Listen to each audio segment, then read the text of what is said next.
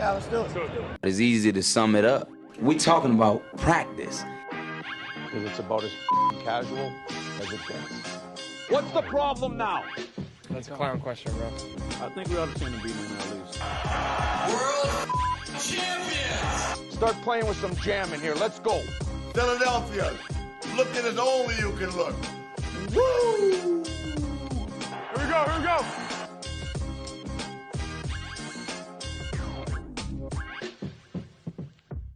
I would have guaranteed that AJ would be the one that wants to dump it on Sirianni. Let's see. And Devontae, and either way. Uh-oh.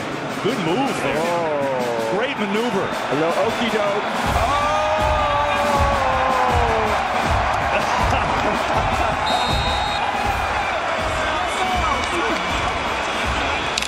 The best shower Nick Sirianni will ever.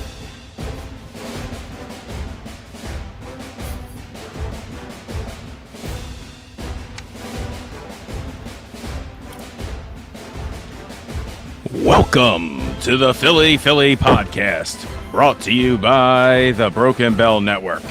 This week, the boys are talking about the statement made against the Vikings and what it really means to play a trash team this Sunday, and the return of BG.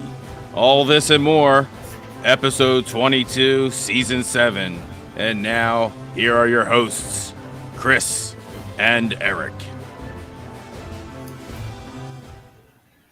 Hey, welcome everybody. I am Eric Perugini. That is Chris Lahiff, and that beautiful voice that you just see pop up on the screen is Keith, our producer. And yes, welcome to another edition of the Philly Podcast, brought to you by the Broken Bell Network. Tonight we're going to be talking, like as Chris said. Keith said. That's a shot at Keith right there.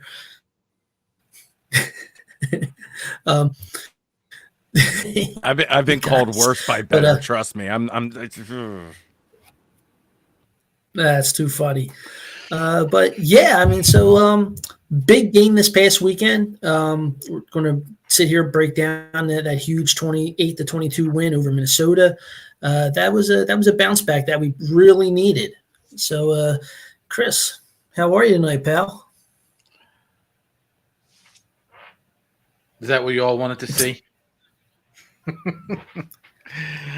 A random hand floating in the air. I so get him now. I get him now, right? Like it is a statement piece, isn't it? Right? It was. I don't even care anymore. I know what Jalen Hurts is. If people want to continually doubt him and question him, he's never going to get the respect because he wears an Eagles on his fucking uniform. Like it is the disrespect that this guy gets. It's insane, and it is what it is at this point. You know, I don't want to hear the comparisons to Dak. You know, this and that. Yet, Jalen Hurts. I don't want to hear the comparisons to Justin Herbert or Dak anymore. He's won a Super Bowl. He's been to 2. Stop with the comparisons. When either one of them gets to a conference championship game, then we could compare. You know, Dak is a great regular season quarterback. We know this. Justin is a great regular season quarterback. We know this.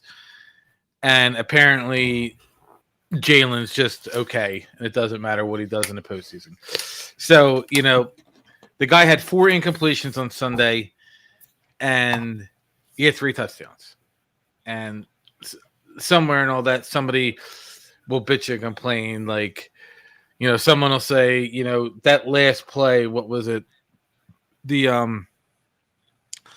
ballsy pass to AJ Brown on like 2nd or 3rd down.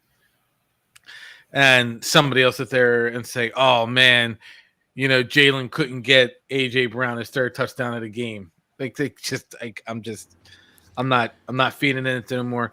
The guy was a turnover machine early in his career. He was making bad decisions. Now he's doing everything right, and there's still people who doubt the guy. So I apologize if that's one of you guys, whoever's listening, whoever's watching, whoever's going to listen. If that's one of you guys for doubting Jalen Hurts, you're an idiot. There's no other way to say it. Well, I mean, look, this was a huge game, a huge statement for, not just the team, but for Jalen Hurts, because the coming into the game, Minnesota had one of the best pass defenses in the league, and Jalen Hurts went out there and just dismantled them. I mean, to the tune of 19 of 23 for passing, which is 82.6%, all right, for 326 yards, 3 touchdowns, and 0 picks. Oh, and let's not forget the passer rating, which was perfect at a 158.3. So, I mean, I don't want to hear that he's not an NFL quarterback. I don't want to hear that he's not good or elite or top 5 or top 10. I don't care. The guy's a good quarterback. When he wants to, he can beat you with his arm. Bottom line. We know he can beat you with his legs. But at the end of the day, this guy is a good quarterback. So my concern is, was it play calling? Was it the injuries on the front line, on the offensive line? Like what was going on to where we couldn't get the ball to Smith or Brown? What was going on with the passing game? What was going on? That's my thing. Is it the offensive coordinator? Are we back in that hole that we had? Where you get to the Super Bowl, you lose your coordinator, and now you get another guy in there that this time seems to be a friend of the head coach. And is he qualified? Is he good? But we don't know what the problem is. But obviously, Jalen Hurts corrected whatever he had going on. He fed his boys, and they were happy. So we think. Man, he was 4 for 4 and 189 yards in 25 plus yard passes, which is just the efficiency there and the ability to sail the ball out. Obviously, huge keys. I think Chris might have brought it up, but that gutsy call, I don't know who made it. Was that an audible? I think it was an audible. The 4th down to AJ for the touchdown. So there was like a lot of, but they were consistent, right? The whole team was very consistent in this game. It didn't feel like they didn't play any part of the game where we normally get that throughout the last. I mean, I feel like if I'm watching a game, I'm like, well, they didn't play the first half of this game. Well, they didn't play the second half. They played all 4 quarters. And to the tune of they scored all 28 points evenly across all 4 quarters. So I do think there is a clear, while the score doesn't indicate dominance, I think they showed they could play a full game. Yeah. Yeah, they finally showed that they could. And I mean the running game hasn't been there yet, but Jalen Hurts had 6 carries for 41 yards. He picked up key first downs on 3rd and shorts, and that's vintage Jalen Hurts. So I mean, he had a really good day. He really did. And for people to sit there and say, oh, well, he's lucky that he made these. It's not lucky. The guy's always been pretty accurate. But like Chris said, early on, he had some turnover issues, but he's corrected them over these last couple of years. He's really a good quarterback, and you can't keep a good player down for long. You just can't. I mean, it's a shame that it took this long for him to have this kind of a game, but. No, and, people want, because I was like looking at highlights today, and people are just looking at the ball that Dak throws and the ball that Herbert throws and the zip that they have on it. I don't care the zip that they have on it. You know who didn't have zip on his ball when he threw it? Was Drew Brees. And don't even get me started with that clown. But like he didn't have zip on his ball when he threw the ball. Like not everyone needs to throw the ball hard. Like if you're accurate and that's all you need to be. And he just doesn't get the respect. It is what it is at this point. He's got 2 Super Bowl appearances. He's got more wins than Herbert. He's got more playoff wins than Herbert. He's got more playoff wins than Dak. And like I said, Dak's probably going to win MVP this year if he stays healthy. But, like, they're not going anywhere. They're not a complete team. The Eagles are a complete team. And, it's, oh, my God, anyone who thought that Saquon Barkley was going to run for another 2,000 yards is out of their mind. It's just not there. And you know what? It doesn't need to be there because they're that good. They're that good. Keep Jalen under center. Like, he likes it under center. Keep it there. It is what, like I said, it is what it is at this point. And kudos to AJ Brown for trolling the NFL, this Philly, just in general, the sports media with his post. I think he's really trolling us. I really do. At this point, I think he is. And I think they're gonna try and turn it into something, and they just can't. And after last season where they played victim, the Philly sports media, I really think at this point he's just trolling everybody, and I'm for it. I'm absolutely for it. Yeah, at this point, he definitely has to be trolling. I mean, everyone is sitting there; they're all upset with him, and I don't know why. I don't care. As far as I'm concerned, he got his work in. 4 catches, 121 yards, 2 touchdowns. And that's a great day. That's a great day for him. I mean, Devontae Smith, 9 catches, 183 yards and a touchdown. That was another monster performance. But AJ Brown, I'm not worried about. I mean, do I think it's getting kind of old because I don't want to keep hearing about it from the media? Yes, I do. Listen, but it's going to be. I think it's funny. It's going to be one of the two. It's either AJ Brown is this or Jalen Hurts is that. And you're right, Trevor. The passing game will eventually open up the run, and like the Eagles are very lucky to be 5-2, but so is everyone else. Like I'm tired of the they shouldn't be 5-2. Well, you know what? The Bucs shouldn't be 5. The Bucs shouldn't be 5-2. The Lions shouldn't be 5-2 or 6-1. Like the Bills shouldn't be 5-2. Like no, like they're 5-2 because they deserve to be 5-2. Watch the game. I don't want to hear. Football is a 60-minute game, except Super Bowl 59. Super Bowl, every game is a 60-minute game. You play from the kickoff to the end, and that's what the Eagles do. You don't like it? Don't watch the team. Don't watch them. I'd rather you not discuss my team unless it's about positive stuff than sit there and say they shouldn't be 5-2. Like, I don't know. Somebody tweeted out on Twitter something. I forget what the hell it was. I shared it. It was like alleged Super Bowl champs. Buddy, I don't think you know what alleged means. I don't really think you know what alleged means. The Eagles are Super Bowl champs. They're not alleged. They won the fucking thing. Stop being stupid. Use your brains. Watch the football game. Get up. Watch the Europe game at 9:30. If Eagles are on, turn it off. You're not welcome. Well, there you go. Do you know how bad it is? Craig Carton, who absolutely hates the Eagles, absolutely hates Hurts, came out this week and said, I don't know what else this guy needs to do. He throws the ball when you guys criticize him. He was great. Yes. Like when Craig Carton, who is the biggest Eagles Hurts basher of 2024, is like, I don't know what else he needs to do. It's wild.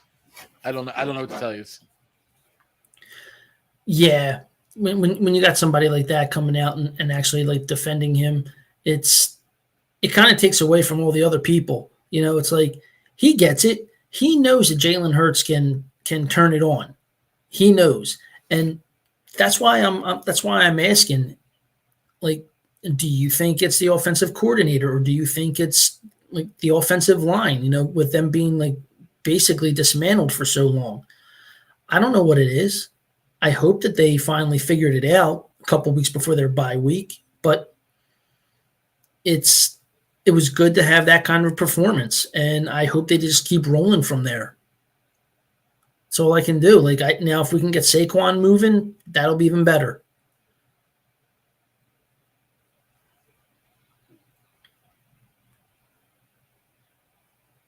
Oh, okay. Am I going to still keep talking? All right, great. How do you think the defense, or what were your highlights for the defense in the Vikings game? I mean, Makuba with the interception, obviously. Yeah. Are you Let's stroking out? Let's go back. Let's go back to the first interception. And I believe the text I received from Keith is there's only one way to react when that man is coming at you. And it is to panic and get rid of the fucking ball. Unfortunately, it went right to Jalen Hunt. Plays like that happen. Very true. And the Makuba interception was just hilarious because he was like, someone's down there. I don't know who, but there's someone down there. It's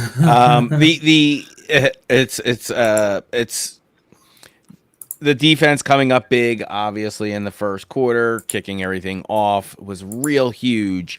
But I will say that there is a lot of hype, I think, that was guys were on the hot seat for the defense after the last 2 weeks. And so it was nice to see them step up. They weren't the most solid, but when they were key, and that's what kind of works out in our favor in this game, and it made it look like a complete game.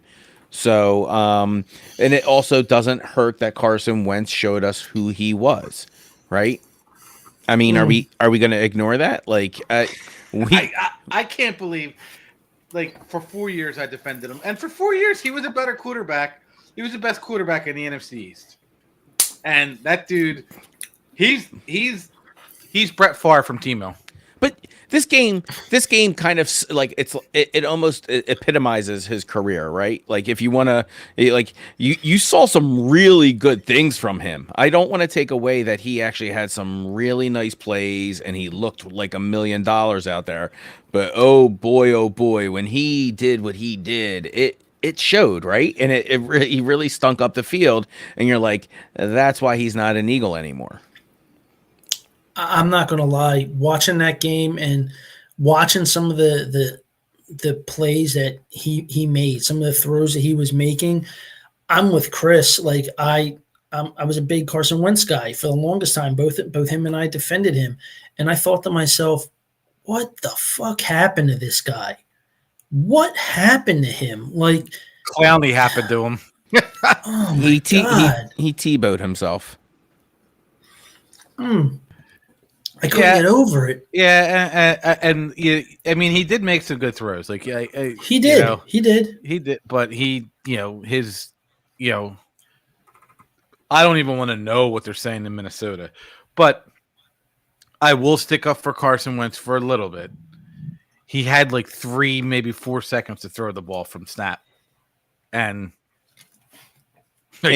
kudos to the O-line for Jalen. It gave him so much extra time, whether it was Vikings lack of penetration or the O-line stepping up. It doesn't matter. He had so much more time, and he was able to make those big throws. They also brought in an extra lineman, Fred Johnson. I think he lined up 18 times or not. It was 8, and maybe it was 18 against the Giants and 9 last week. But either way, Fred Johnson. Like that dude, he's been a beast, and I'll tell you right now, the running woes, it's because of Mekhi Becton not being here. Plain and simple. That's fair. That's a fair point. That really is. That is a completely fair point. I didn't really expect it to affect him the way it has, but I knew it would. I didn't think it would affect them this much. Yeah, and Tyler Steen stinks. No offense, Ty. Yeah, well, I mean, I thought he was better than how he's played. I really did. Like I was really high on the kid. I was like, wow, we got some good depth. I was like, all right, we lose Mekhi Becton. I think this kid could step in. Man, was I wrong? Absolutely wrong.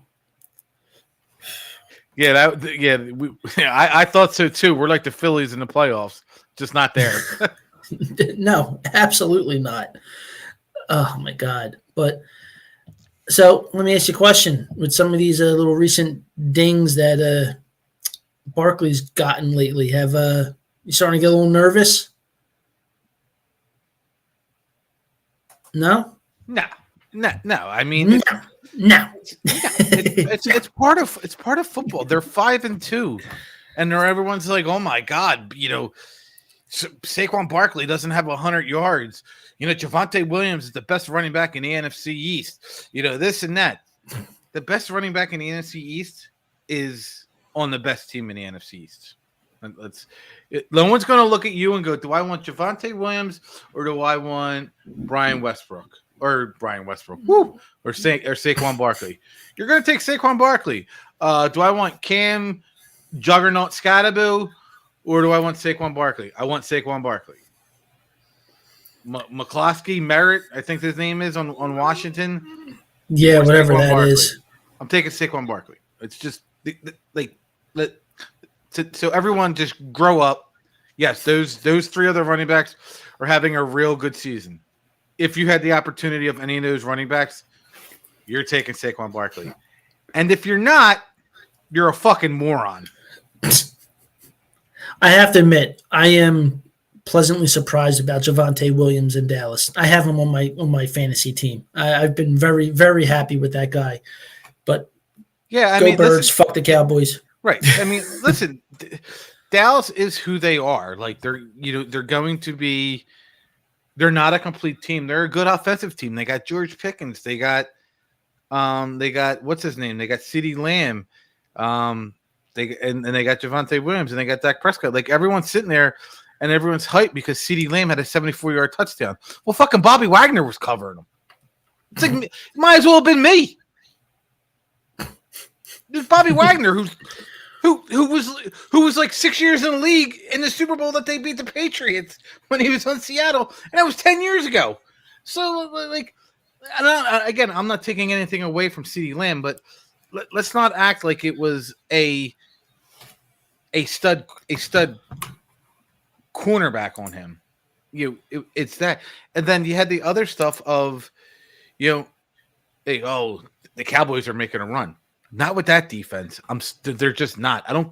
Marshawn Overshawn, he's so good, but he's not coming back. He'll make an impact. The defense is still that defense. Their safety still stink. Their interior line still stinks, and they have one good corner. When Trayvon Diggs isn't getting a concussion at home, they're still average at home. What? You got to embarrass yourself? That's funny. All right. Well, then I think it's safe to say we can kind of segue into the other big news. 5-5. He's back. I mean, how do you feel? I mean, as from a fan perspective, it's amazing. Team perspective, yes, they need him. They need that experience. They need that leadership. I'm pretty stoked. I'm really stoked. I don't know about you guys, but I can't wait. Like just seeing him practice today was amazing. Oh God, the milk of magnesia, Gilly. I am ready for BG. I look at this signing of BG, and I think they go back to 2023 because there was no real veteran leadership on that front line, and there was no real veteran leadership. You can just tell from the first game with Jalen Carter getting thrown out before a pass was thrown. So I think he just, he's going to play 15 snaps a game. Maybe 20 depending on what game shape he's in. But he just brings he just brings energy. Like,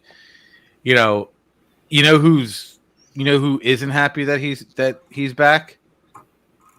Every friggin' buddy that they play, because all that dude does is talk. That he does do. Do you know who do you realize in this era right now of football, of Philadelphia sports, the two teams that people are paying attention now probably have the two biggest shit talkers in their sport between Travis Konecny and Brandon Graham. Yeah, so I think Brandon brings aside from what he does himself, right, in his own role, I think because of what he creates, that chaos up front, I think it's going to really allow like guys like Jihad Campbell and the edge rushers to kind of fill out what they're doing, because let's be honest, only a handful of tackles have come from our edge rushing this year. And so, or at least our sacks. I mean, our tackles there are actually pretty decent, but most of our sacks are not coming from our edge rush. So I think, he'll immediately provide like experience and leadership, like Eric said. I think that's without a doubt. I think he is a absolutely positive dude all around. What you see is what you absolutely get with him. He is not an act. And I think Fuzzy's right. They're going to keep him to, I was going to assume at least 20 to 25 snaps. But I could see it being a limited, 15 to 20 if they're trying to, keep him fresh, ease him back in, efficiency over volume, I guess.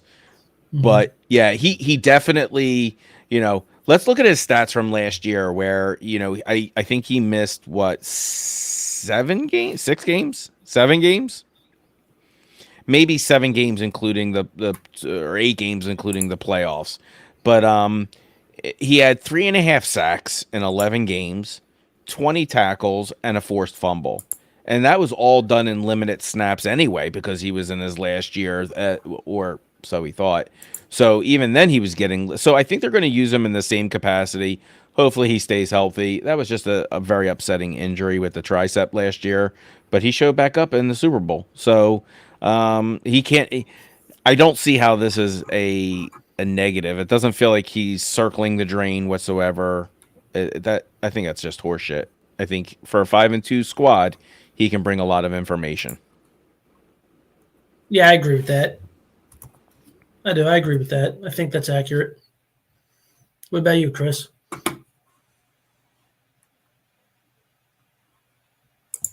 No, he's 100% right. He's there for leadership. He's there for 15 snaps. He's there to talk shit. And he's a spark. He's a spark. He's at this point for me, he's experiment 626 Lilo from Stitch. He's gonna go out there and be a maniac when he's out there, and they're gonna be like, "Leave me! Oh, shut up! Literally, shut up! Stop talking." It's all he does is talk. All he does is talk. Like he's gonna they showed a clip because it's Kelly Green week of when they played Buffalo, and they're literally lining up to take the field goal to win, to take the lead in overtime. And BG's like, "You guys just don't know. Jalen's going to win this game. You guys don't know." Like, dude, shut the fuck up. Yeah. What they're saying. My favorite one is he's just barking some shit, and I forgot who on the team said, "What the hell did you just say?" He goes, "I don't even know. No, he just talks. He's like, "I don't even know." He just talks, and they're like, "What'd you say?" He's like, "I don't know." He's like, I'm just talking, man. I don't know. He's having fun out there. And so like shit talking and like that, all that bidding stuff and like just busting each other's chops, you're doing it with a smile and seriousness, and he gets the point across. Like, it's like, is he messing around? I have no idea. It doesn't matter. I'm actually afraid now. Because what he can do, right? What he can do is proven. Like, people have taken dingers from him, and they don't want to be hit by Brandon Graham again. They just don't. And even at 37 years old, nobody wants to be hit by a Brandon Graham. No, I believe you're right on that one too, my friend. Nobody wants that. Not one bit. I believe it. So let's segue even further. Do we think? What are your expectations for the Giants game? Do you think he's going to get in there? Oh yeah. He's. I do. He's definitely gonna put Cam Scatterboo and Jackson Dart in their place. And listen, they played better than us. Games like that happen. Now Vic's got. Now Vic knew what they attacked with, and they're gonna. I don't be surprised if this is a blowout. I don't call many blowouts. Don't be surprised if they come out and just shit all over them. Well, so this is the second meeting in as little as 3 weeks. So we are looking to avenge our 34-17 thumping at MetLife Stadium, which was our most significant defeat of the season, definitely. We do have home field advantage, so let's get that out of the way. We will be at Lincoln Financial Field for this one, where we do typically play at a much higher level. But I think the storyline here is going to be, I think it's the high-powered offense versus like a resilient quarterback, right? Because you have the Eagles passing; it's coming off like an elite weekend, and it's going to test the Giants' defense that's been up and down. But on the flip side, you got the Giants' quarterback who's been playing surprisingly well over the last 2 weeks. He's trailing only a few elite quarterbacks in just some minor stats during that span. So and they can score. The Eagles I think they're averaging over 25 points per game in their last 4 games. So they can score. So that's also a challenge for the Eagles defense. So where do you guys see the keys to the game, and are there any other breakdowns that we're kind of missing here? Well, I'll give you a couple breaks, then I'll turn it over to Eric. One, don't blow a lead. Again. 2, while the quarterback has been playing well, let's not forget that he was very skittish on that last drive against the Broncos, as to where they dropped 2 interceptions and they got a bogus pass interference call on the one. So no. So I think in a pressure situation, he's a rookie. He's going to fold. He got lucky, and they still lost the game. He got lucky. I still don't think the Giants are a very good team. You know, they're what, 2-5 or 2-4. They're gonna lose their 4th or 5th game or 5th or 6th game. You think so? I think the Eagles are gonna shit all over them. Yeah, I mean, I see this. This is look, obviously the revenge game. This is going to be another statement game. I think the Eagles are going to tell them hey, look, don't forget who the fuck we are. You know, it's just right. And to the idiot Giants fans who think this is a revenge game for Saquon, you know, he had that. He's got a ring. There's no more revenge games for him. Yeah, he had that. Last year was it. It was, and he had that game up at MetLife. He had one of his best games of his career. There's no more revenge stuff. Now it's just complete football. That's all it is. It's all just getting himself right. It's getting on track. And I think it would be nothing better to have that motivation playing your former team to get you on track. So I'm not worried about this one at all. And let's be realistic. I was they only walked out of MetLife Stadium with a loss. No one tore an ACL or every ligament in their body. Let's be realistic. Yeah, exactly.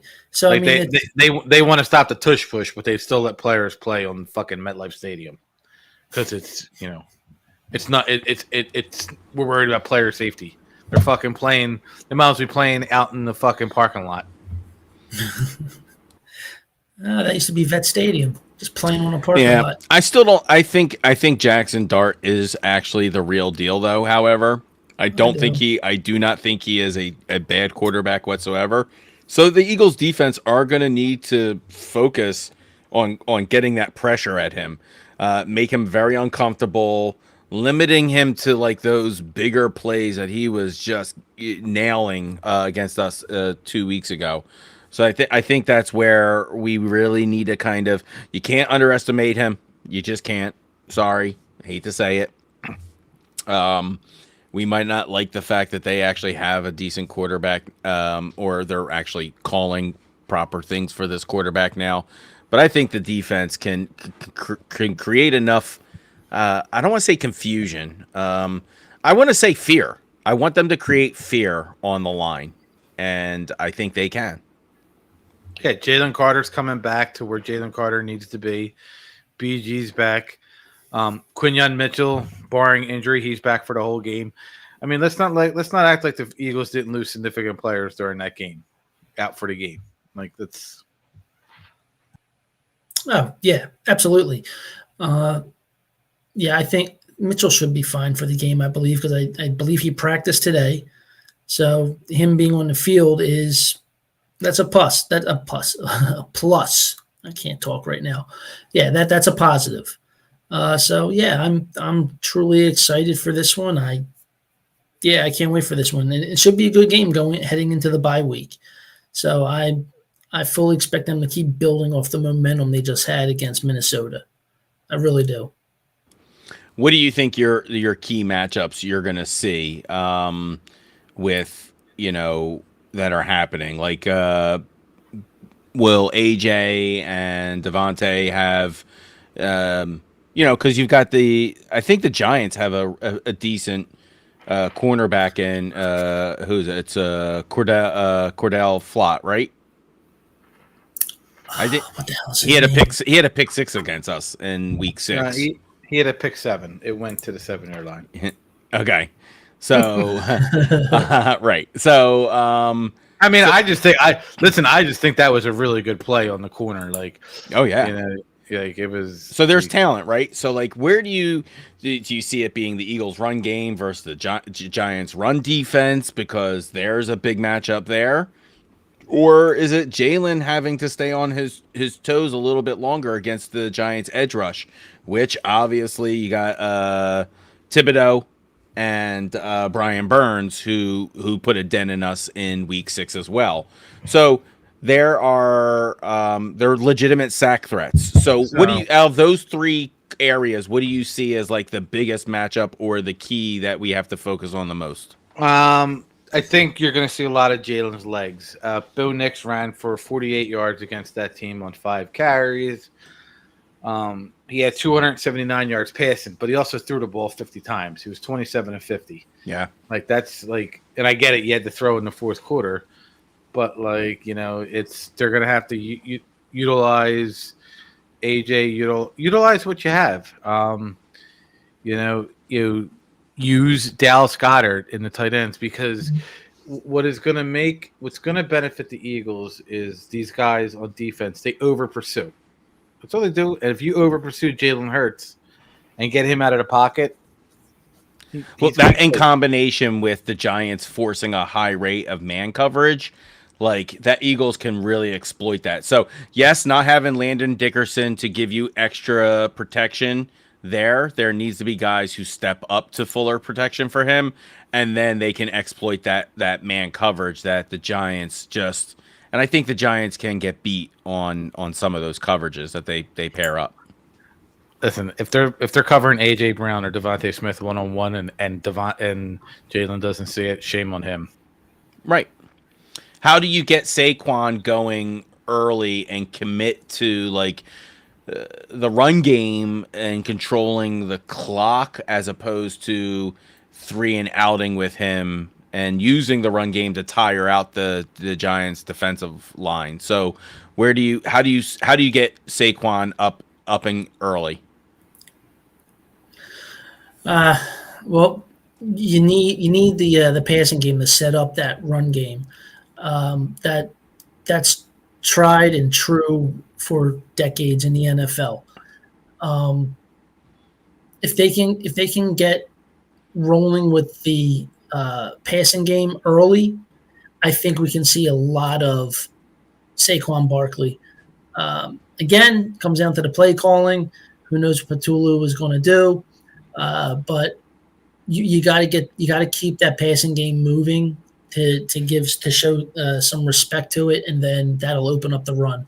And I think that's what they're going to have to start doing because what they've been doing up until Minnesota just hasn't been working. Yeah. You got the big boy Dexter Lawrence up front for the Giants that really was key a component in week 6. I think we were just held to 70 yards, I think, of rushing in that game. Maybe not even. I don't remember what the exact number was, but it wasn't. So. Yeah, it wasn't good at all. Fuzz, how do you get Saquon a lane, or how do you create kind of like some sort of momentum that kind of utilizes him while balancing out to your wide receivers? Take out Tyler Steen. Okay. Put in Fred Johnson. Okay, so you obviously you said that from the rip. You're not happy with his are you done with him? Are you done with the Steen project? I mean, I don't. You know how Howie operates. He's not like that. So they're going to go with him until the wheels fall off or 3 years is up. Yeah, no, he's still the starting guard. So you're just going to see a lot of you're going to see a lot of the 6-man line. Yeah, you're going to see a lot of Fred Johnson lining up as a tight end. Because Grant Calcaterra couldn't block me. No. Well, he was never Calcaterra was never a blocking tight end. So I don't stop. That's why we re-signed Dallas Goedert as quickly as we could. Do you think that there is a rush threat that we can exploit with Jackson Dart? I think there can be if they can get to and rattle him. I mean, even though he has been playing really good football, he's still a rookie. If you can get hands on him and get him to eat some turf early, I think you're going to get in his head. So that's going to be the key for them is to get some significant pressure on Jackson Dart. They have to get in his head. And it's going to take more than just BG talking shit. It's literally going to have to be like, here comes BG on one side, and then here comes Jalen Carter, and this kid's going to have to shit himself. Don't forget Nakobe Dean. Yeah, Nakobe Dean's back. You know, he had a couple nice plays last week. So I mean, he's right. I mean, this season we have been very weak at our safety play. So we're hoping for that to improve with Nakobe, obviously. Do you think that with the Giants offense averaging it's over 25 points per game, do you think that they first of all, they can prove that they can move the ball with that kind of scoring, but do you think the Eagles secondary will be as motivated to do what they need to do, considering the poor show out they had in the first matchup? Yeah, it's an absolute prove it game for the defense. Okay. And then my last question for you guys about the matchups on this Sunday's game is I want to talk about our D line versus the interior O line for the Giants, because the Eagles D line, I will say this, has high pedigree players. You've already named them: Jalen Carter, Jordan Davis. You got the return of Brandon Graham. So you got rotational depth. You got some energy. You've got all of that stuff. But then you've got the Giants offensive line. It grades out as one of the best in the NFL in pass blocking. Like, that is just the stat. They are number 2. So can the Eagles front four generate pressure without blitzing?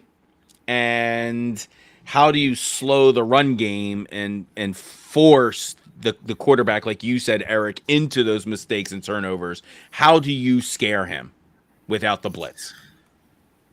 Well, I mean, I think they can get pressure without blitzing. They did it in the Super Bowl against the Chiefs. They manhandled that offensive line. I really think that they could do the same thing with this Giants offensive line. And like you said, they're putting up over 25 points a game, which is, you know, for the Giants this season, that's very commendable. Like, you got to give them respect for doing that. But again, I mean, like, I do feel that the Eagles defensive line is overall just better than the Giants offensive line. And I mean, it didn't show in the first game, and it's only been a couple of weeks, but it comes back to the motivation factor. And I think that this is going to be, a wake-up call. This is going to be a hell of a game in the trenches. And Fuzz, lastly, you can't use a safety for a spy. We already know that. We already have weakness in the position. Who's the linebacker you're probably sending in as a spy against Jackson Dart? I don't know if they're necessarily going to have a linebacker as a spy. He's not like a run first quarter. He's not Jalen Hurts. So let's get that. He's got two games with 50 plus rushing yards in. That's nothing to sneeze at. Very true. He's got 2 games. It's what? 2 games with 50 plus and a rushing touchdown in his last 3 starts. All right. And both those. So he's got 3 games with 50 rushing yards, right? Well, overall the whole season, yes, there's 3, but in the last 3 games, 2 of them have had 50 plus rushing yards and a rushing touchdown. 54 yards rushing, 111 yards passing, 200 yards passing, 55 yards, 195 yards passing, rushing 58 yards. Yeah. If you can keep him at 200 yards, if you can keep him in that area, he's not gonna rush. But you get the thing that the Eagles hold the advantage of is 1, Vic Fangio, and 2, if I don't see the Giants scoring more than 20 points. If they do, I'll be shocked. But statistically, they're doing better than that.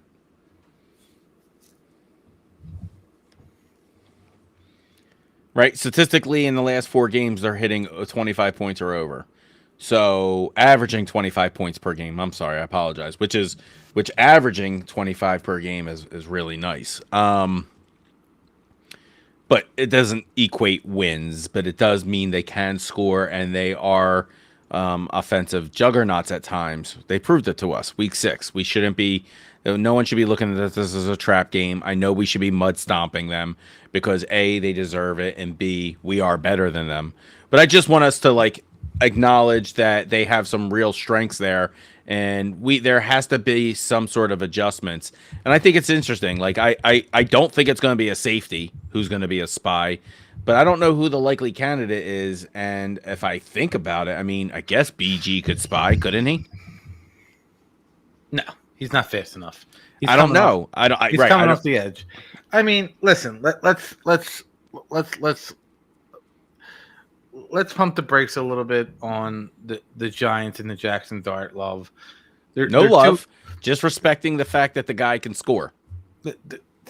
So here's the thing. So I don't know what stats you're going off of. Their last 4 games, if I'm doing it correctly, and I have been known to have been wrong.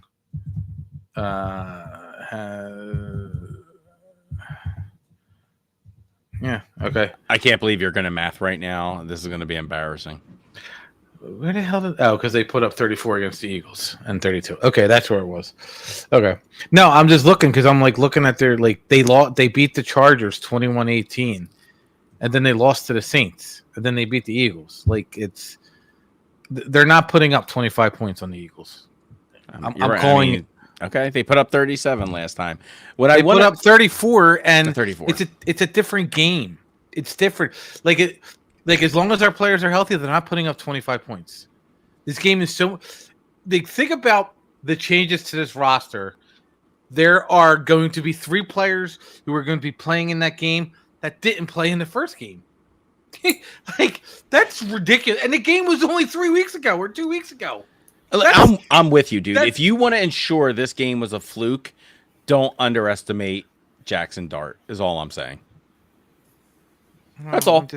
I'm with you. I do think it was a fluke. I do think, but if you want to prove it, just contain that kid to minimal thing. Eric, am I?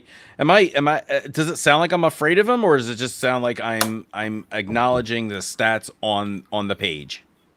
No, I think you're just acknowledging what the stats and what he has done over the last couple of weeks. I mean, no one's anointing him anything, or saying they're afraid of him. But you have to admit that he's playing well, and you have to contain him. All right, so he's playing well. He had 3 turnovers against New Orleans.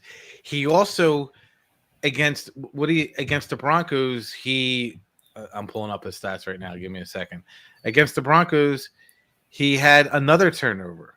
That's 4 turnovers. He had 2 dropped pass interference. He had 2 dropped interceptions on the last drive. He's not making good decisions. He got a bogus pass interference call.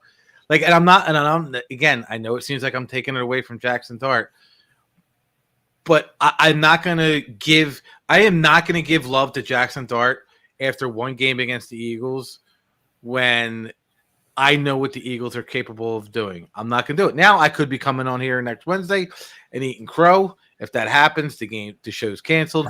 But like I am not going to sit there and give Jackson. He's 2-2. He's making mistakes. He's getting lucky. He's getting lucky as fuck. Like but you're also proving what we're saying. What am I proving? You're proving that if they get to him, which the Eagles' defense is a lot better than the previous teams that he has played, then he's going to look like crap. So you're essentially proving exactly what Keith and I are saying, that if you can get to this kid, that he's going to make mistakes. And they're able to capitalize, unlike these other teams. But what I'm saying is like, so one of the things that Keith pointed out is that, he's not giving. It's not that he doesn't respect. He's just giving. He's looking at the eye of like what he has seen from them putting up 25 points. Again, they put up. They're averaging 25 points a game. They're 2-2 in those games with a ton of turnovers. That is created by Jackson Dart. We wouldn't be talking about this game like this if the Broncos did what they did. Because I just think that's what the Broncos do, because they did it to us. They did it to the fucking Giants. They don't play the first 3 quarters. Right. And you would just don't play the first 3 quarters. And you would be Chase's mom if you had tits. Like, stop with the ifs. No, stop with the ifs. No, but you're saying I'm pointing out facts of the love for Jackson Dart, and I'm telling you he's making mistakes that no one is talking about. Right, but I'm not talking about ifs. I am talking about the mistakes that he's making. But I'm not talking about ifs either. I'm not. But it's the mistakes he's happening that he's getting away with. That's not going to happen all year long. Oh, okay.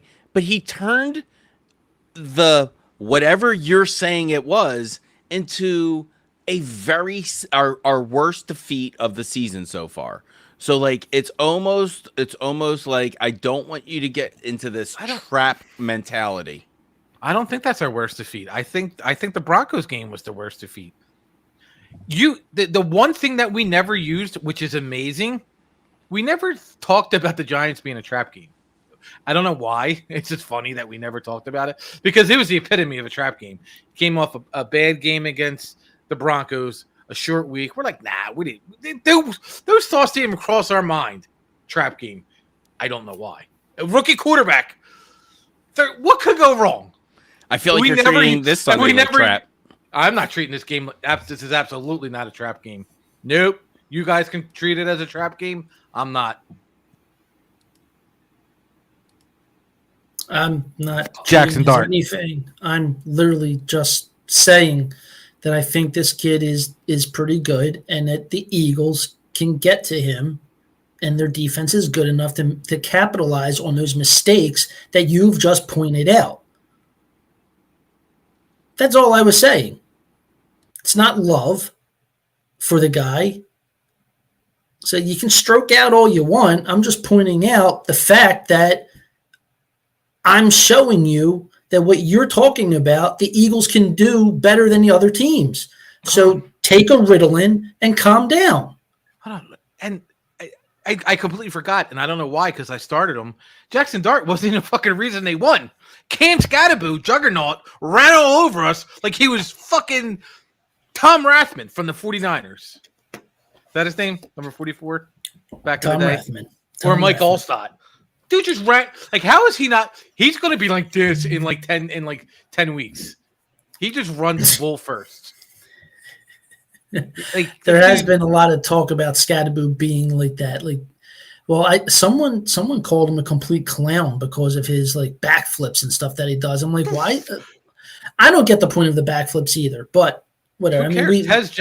Who's the guy from the Tez Johnson, the Buccaneers? when he did a backflip. Who cares? They're playing a fucking game. If that dude could do a backflip, I could do. If I do a backflip, I would. I'm not, because you'll be visiting me in a hospital. I forgot. That's too funny. I completely forgot that Cam Scatterby ran for like 110 yards and like 3 touchdowns. Like he's what? Like now, if we can't contain him, we might fucking lose. That I'll say.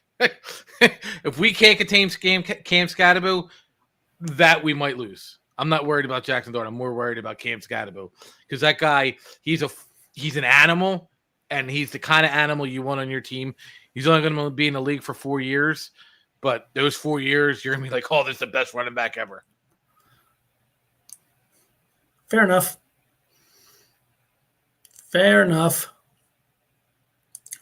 So is that it then for tonight? Did we hit all points? Yeah, we did. We did really well. I'm super proud of you, Chris. You get a gold star, buddy. Yeah, there you go. No dunce cap for you this week. You get Chris looks like the type of dumb kid in class that was like happy to go clap out the erasers. Like, you know what I'm talking about? Like, he was like, can I go do it? Like, he was definitely the kid. And he would be like also like the kid who would like clap him and like let the chalk get into his face. And he'd come back a complete mess. Somehow, some way, they'd come back dirtier than when you sent them out. I invented whiteface. He came back like a powdered Englishman. He's like, with the makeup, yeah, with the red cheeks. Yeah. Well, that's just because you have rosacea. Rosacea. Yeah. I think we hit all the points. Yeah, Scatterby had 12 yards receiving, 98 yards rushing, 3 touchdowns. He averaged 5.2 yards a carry. That's nice. God damn. Nice. I remember when Saquon used to have those games. No. Shit was like 30 carries for 100 yards, and they're like, woohoo! Yeah. Yeah, that's it. We will be back next week, right? Yeah. Cool. We're still on a hiatus from the Hall of Fame Club. We're probably going to get something out during the World Series, if not by the last game, but we will do like a whole season recap of MLB. I think I would love to do a roundtable on that one, maybe, and get some of our fellow guests, like from Corner Pub and Frozen Rope. Yep. So like it would just be nice to kind of. What do you guys think? I know this is the football podcast. You calling it the Dodgers or the Blue Jays? I want to say Blue Jays, but I think the Dodgers are going to shit all over them. Yeah, I'm the same way. I hope it's not in 4. I hope they don't get swept. I really, you know what I mean. I want to see the Blue Jays put up a fight. I think to back me up if I'm not wrong. I did call back in May that the Blue Jays would be going to the World Series. You did call that. You thought you said Phillies, Blue Jays. Yeah. So it's funny is I had posted on the Philly page about the Phillies, and like I said, you know how I feel. You know, I think the Phillies screwed up by not bringing Rhys Hoskins and dancing on my own back. Okay. I mean, I'd agree with you more about dancing on my own than I would with the Rhys Hoskins thing. But okay, that's fine. You don't have enough blood pressure medication for me to take care of this problem I have with you right now. Eric, you have anything else? Do we have anything else to plug? Other than just checking out all of our socials, you can find us at, of course, on the YouTube channel for the Broken Bell Network. All of our shows are on there. Like you said, Spotify, we have every show on there for Hall of Fame Club podcast, the NEP podcast, We are going to be getting the Orange and Black podcast up on Spotify as well, which is hosted live every Friday night by Jamie Pascal of Flyers Nitty Gritty. And then, like all of the shows here for the Philly podcast, the #1 Eagles podcast out there. Go Birds! Go Birds! Go Birds. And I like how the Flyers are doing good. Oh, you guys want to do final? Wait, did the Sixers win? I'm going to probably say no. I'm sure if you wanted to find out, you can go to brokenbellnetwork.com and click on the NBA link and go ahead and see that they are now currently winning 113 to 111 They were losing by 6 when the last time I was on the website. with 23.1 seconds left to go in the fourth quarter. So if you wanted to check out the Broken Bell Network website, we do have... Hey, listen, this is what we've got. I will just put it up for everyone. It is just a sports tracker website. There is nothing to it. There's no logins. There's no nothing. If you just want to follow sports, it will just drop a cookie, so it remembers your favorites for you. You clear your cookies, you lose your favorites. But it's as simple and very unobtrusive as possible. As you can see, we've got all of the games. You can turn off past games, so you can only see the upcoming games. And then MLB, we obviously still have that going. You will see the World Series. Go to the Sixers. Let's go to the Sixers. What do we got here? Let's go to the game details. Up by 3. Look at that. Up by 3. Well, I also did see earlier that Sixers rookie EJ Edcombe, or Edcombe, whatever his name is. Yep.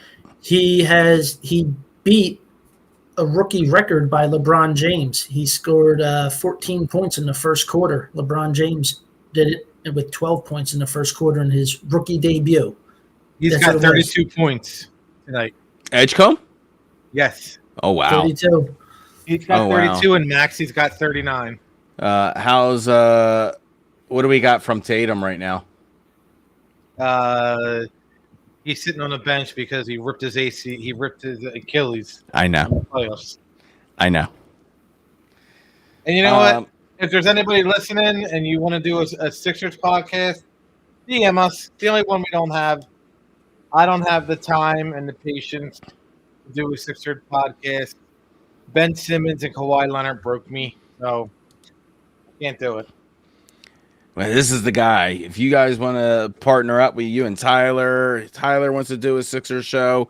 If you do, you can reach out to us on our socials. Reach out to us on Philly Podcast on Facebook, and we can have a conversation and see what we could get on the network. There you go. Yeah, submit like a 5-minute video on what you know about Sixers basketball. Yeah, like all we're looking really is like for like Chris said is like a 5-minute promo or a 5-minute like segment of what you would do on the show. You can just cover the first game like tonight or something of the nature, or even if you want to go controversial, you by all means can do that. Listen, we're fans. We're fans doing a podcast. No one's sponsoring us. Not at all. I mean, even though we're trying. Son of a bitch. Yeah, I'm watching too. All right, Eric, you want to take us out? Absolutely, sir. Everyone, thank you for watching another great edition of the Philly podcast. I am Eric Perugini. That's Chris Lahiff. Thank you to our producer, Keith, tonight. And thank you for everyone that has joined in and checked out and was commenting all night long. So, hey, again, see you guys next week. And go Birds. Go Birds. Go Birds, dickhead. Dickhead. You want Philly? Yeah, let's do it. It's easy to sum it up. We talking about practice. Because it's about as casual as it gets. What's the problem now? That's a clown question, bro. I think we ought to send him beating in at least. World champions! Start playing with some jam in here. Let's go. Philadelphia, looking as only you can look. Woo! Here we go. go, here we go.